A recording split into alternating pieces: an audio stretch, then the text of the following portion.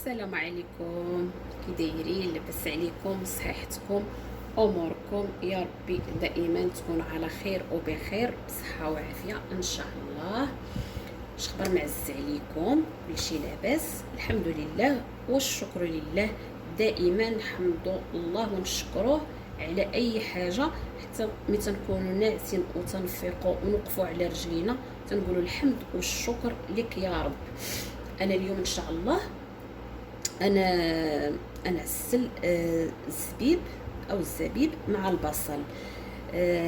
واحد المتبعه ديالي تحيه ليها كبيره كبيره، تنوجه لك التحيه حبيبتي ام محمد، الله يحفظك ويخليك ويحفظ لك عيالك يا ربي العالمين ويكثر من امثالك.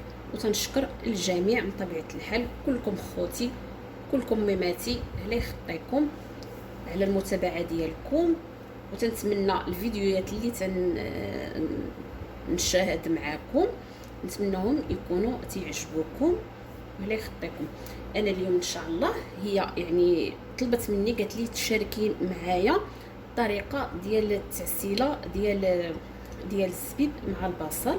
قلت لها خلاص، يعني انا فايته يعني محضراه، لكن من طلبت مني قلت لها ما نقدرش نرفض لها الطلب ديالها، خصوصا تكون شي اي واحد. انا الصراحه اي وحده تطلب مني شي حاجه والله العظيم البنات عمري ما تنتاخر على شي حد.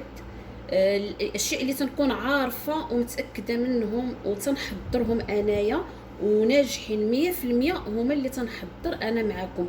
ما تنبقاش نجيب الاشياء يعني هي هكا من بالي ومن هنا ومن هنا وننزلها معاكم عفوا. لا، انا الحاجات اللي تنكون انا دائما الاشياء اللي تنصوب هي اللي تناكلوا حتى حنايا تنحضروها في البيت.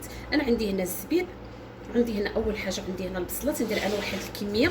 في ناس ما تيحطوش البصل مع الزبيب، لا انا تنبغي انا البصله تكون مع الزبيب، تتجي لذيذه الصراحه، تتجي زوينه. وانا تندير واحد الكميه راني فايته البنات. تنتكلم على اللي تيبغي السكسو فيه الزبيب، حيت كاينين الناس اللي ما تياكلوش الزبيب، ولكن حنايا ضروري السكسو او الكسكسي المغربي تنبغيه انايا فيه الزبيب الصراحه. حنا جنات ضروري تقول لك بغيت الزبيب مع السكسو، تيجي واخا تيكون بالخضر تنزلوه هكا في الزبديات، كل واحد تيهز وينزل قدامه. انا عندي هنا واحد الكميه ديال البصله. البصله تعطي طعم الصراحه ومفيده وصحيه. كاينين الناس اللي ما تيطبخوش بالبصل، انا شفت ناس ما تيطبخوش بالبصل، قال لك البصل لا ما تجي هذه. قلت لهم غنصوي انا طبخه فيها البصل وذوقوها وحكموا عليها. والله العظيم البنات عندك البصل والثوم وجنجبيل، في ناس ما كانوش تيستخدموه نهائيا. يعني تنقول لكم انا الاشياء هذه يعني ماشي تنقولها هذا، يعني السيده راها تتفرج فيا وعارفاني، ومن ضاقت بالبصل والثوم والجنجبيل يعني غيرت الراي ديالها نهائيا. قالت لي انا ما كنتش يصحابني يعني هذا تيعطيها الطعم. قلت لها البصل من طبيعه الحال والثوم راه هو انا بالنسبه لي راه هو الطبيخ. صافي انا تنقطع هاد الكميه تقريبا. انا عندي هنايا واحد الكيلو ديال البصل، هانتوما كله تنقطعوا انا هكا الشرايح تنقطعوا. دابا نزيد عليه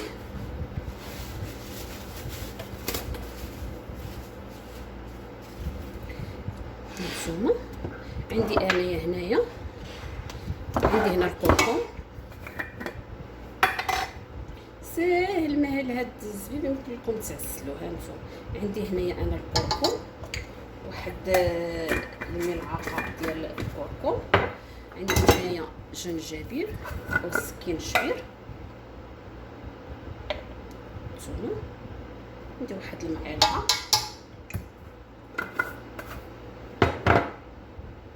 السكينجبير بطبيعه الحال عندي الملح دائما على حسب الذوق.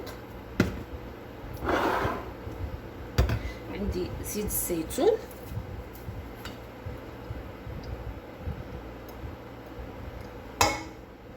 صافي انا هاد الاشياء هادي غندير عليهم واحد الكميه ديال الماء ونرجعهم.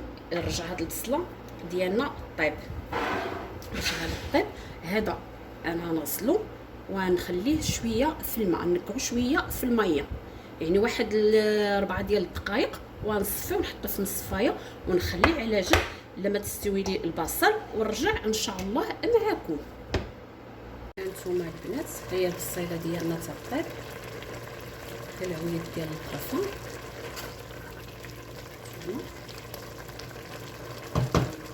صافي.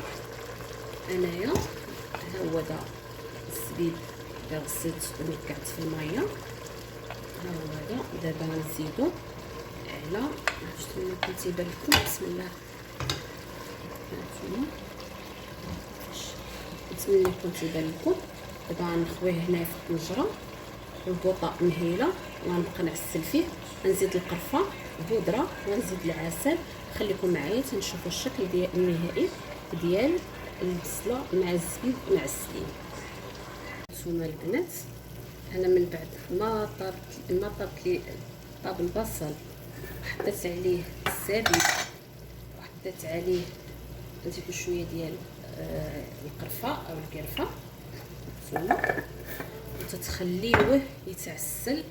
ما نقول لكمش تيجي هانتوما حتى العسل. انا غادي نزيد عليه العسل، وانتوما يعني ما عندكمش العسل يمكن لكم تعوضوه بالسكر عادي، ما كاينش حتى مشكل. غير هو خصو يكون هكا، شوفوا تكون هكا التعسيله ديالو. شوفوا البصل كيف صار اللون ديالو، ما هو محروق لكن اللون ديالو يكون عسلي عسل. وانا ديك العويد ديال القرفه من طبيعه الحال راني كنت منزلاه، ها هو هذا كنت منزلاه عليه طاب مع البصل صافي حتى تنشف، ما تيصير فيها لا ماء ولا حتى شي حاجه. انا هذه هي الطريقه اللي تندير، وتنديرو في علب وتنحتفظ به في المجمد. يعني ما هذا ما نصبو انا كله في علبه واحده، لا هذا نقسمو على علبات ونحطو في المجمد. كل ما تنطيب الكسكسي المغربي تنجبد القياس اللي ناكلو باش الثاني تيبقى نظيف. ولا كنا نصوبين شي صفه اللي تتكون على الطريقه المغربيه اللي تكون فيها يعني الزبيب المشمش البرقوق، يعني تنحطو حتى الزبيب. هذه هي الطريقه، نتمنى تعجبكم هاد الطريقه. ولا عجبتكم ما تنساونيش البنات بالاشتراك وتفعلوا الجرس باش يوصلكم كل جديد ديالي ان شاء الله. هانتوما ما محروقه ما حتى شي حاجه، شوفوا هانتوما ولكن تتقابلوها. شوفوا هانتوما البنات شفتوا اي حاجه تنقابلوها تتجينا مزيونه ومعاوطه. وهذا ما كان اهم حاجه هو الترتيب في اي حاجه. يلا خليكم معايا، انا نحطو دابا في العليبات، نخليه يبرد شويه ونزلو في العليبات. هانتوما معايا هادو البنات انا وزعتو على العلب، هو هذا خليتو برد واحد شويه. علاش انا خليتو برد؟ باش ما نغطيه، باش هذيك العرق ديال السخونيه ما يرجعش عليه ويرجع لنا الزبيب ديالنا والبصل مبلين. صافي انا هي الطريقه. دابا غنغطيهم وندخلهم للمجمد. نتمنى يعجبكم هذا الفيديو، خليتكم على خير. ما تنساوليش البنات اللايكات ديالكم، الله يجعلها في ميزانات حسناتكم ان شاء الله. خليتكم على خير في فيديو جديد ان شاء الله، مع الف سلام.